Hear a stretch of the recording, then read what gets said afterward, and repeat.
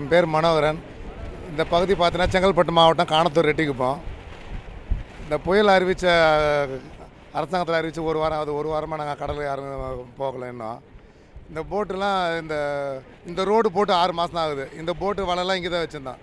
இப்போ இந்த ரோடு காலையில் விழுந்து அதில் ஒரு 6 போட்டு அடிபட்டுருச்சு.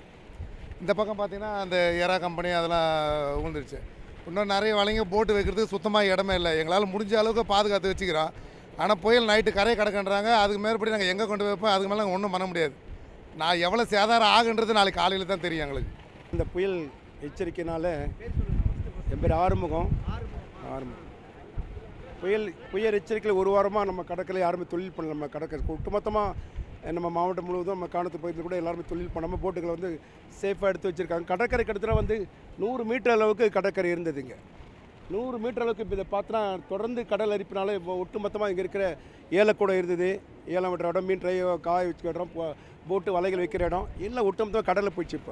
இப்போ நைட்டுக்கு புயல் வந்து அதிகமாக உருவாச்சுனாக்கா இதோடைய சேதம் வந்து என்னன்னு சொல்ல முடியாது. 9 நாளாக கிட்டத்தட்ட 9 நாளாக வந்து கடல் தொழில் பண்ணாமல் மக்கள் ரொம்ப வந்து கஷ்டமான சூழ்நிலை தான் இருக்காங்க. புயல் எச்சரிக்கப்பட்ட நாள்லேருந்து தொழிலுக்கு போகல, யாருமே கடலில் கால் வைக்கல. ஆனால் இது வந்து முழுக்க நம்ம ஆளுங்களுக்கு முழுமையாக மீனவர்களுக்கு வந்து ஒரு விதமான கஷ்டம் தான் எல்லாருக்கும். இந்த மீன் உணர்த்த இடம், மீன் வந்து ட்ரை பண்ணுற ஏலம் விடுற இடம், ஏலக்கூடான்னு சொல்லுவாங்க, ஏலம் விடுற இடம். இது இந்த பக்கம் வந்து ஃபுல்லாக பார்த்தா ரோடு 1 கிலோமீட்டர் வரைக்கும் ரோடு இருக்கும், சுற்றா ரோடு. இந்த ரோடு ஒட்டி தான் வந்து போட்டுங்க வலைங்க எல்லாத்தையும் வைப்பாங்க. அந்த கடற்கரையும் போச்சு, அந்த ரோடும் போச்சு, இந்த ஏல விடுற இடமும் போச்சு, ஒட்டுமொத்தம் எல்லாமே பாதிக்கப்பட்டது. இடம் பார்த்தினாக்கா நம்ம கடற்கரை இருந்த இடம் வந்து 100 மீட்டர் கிட்ட தள்ளி இருக்குது. கடல் உள்ளே வந்துருக்குது. அதனால் முழு சேதாரம் இருக்குது. இரவில் இப்போ நைட்டில் வந்து புயல் வந்து கரையேறுன்னு சொல்கிறாங்க.